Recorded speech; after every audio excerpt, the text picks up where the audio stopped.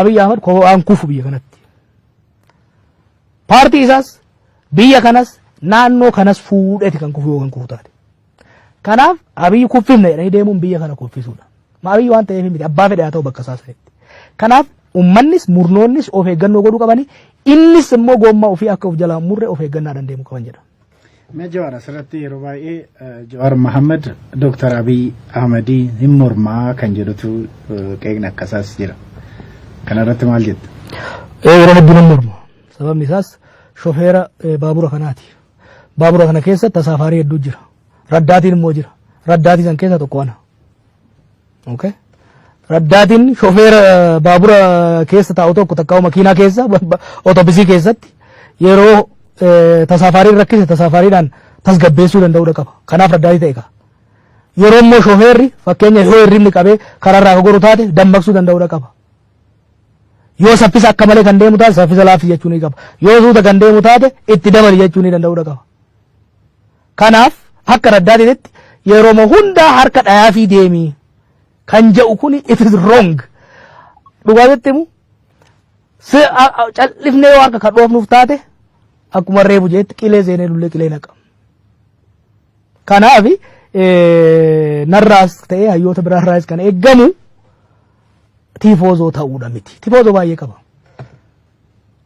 Akka miseensaatu ODP keessaa miliyoona 5 qaba. Har'a immoo biyyi guutuu isaaf harka dhayaa jirti.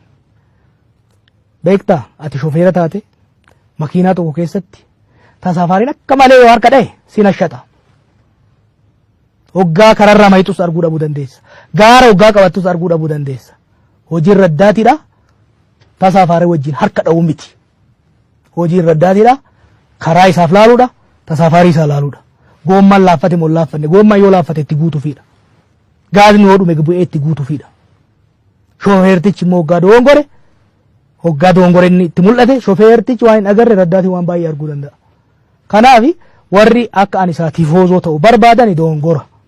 Inni illee akkas yaadanatti fakkaatu baay'ee ta'uu qabatamatti immoo taate osoo amma hin beekta baasii keessa yoo beekte baasiin xiqqoo yoo laaffate kan utaalee taakkoo jala kaa'u raddaatiidha. Tasaafarii yookiin irraa utaalee dheessa yookiin lafa qabata. Warri har'a isaa tifoozoo ta'ee akka malee harka dha'uuf kuni gaa biyyitu rakkootti seente hundi ishii warri alaa dhufte alatti deebiti. Warri biyya kana inni alaaqib jedhee dhokata. Hin beekna. Okay? Kanarraa kaane muummichi ministeeraa hoggaa inni tolche sirriidha. Hoggaa alagaan itti ta'e alagaa irraa dhoofna. Hoggaa inni dongore immoo dongorte karatti deebii jennaan. Kanaaf waan waraddaas irraa eeggamu godhaa jirra malee waan sadii adda godhan jiru. Gaariidha mee atakaaroo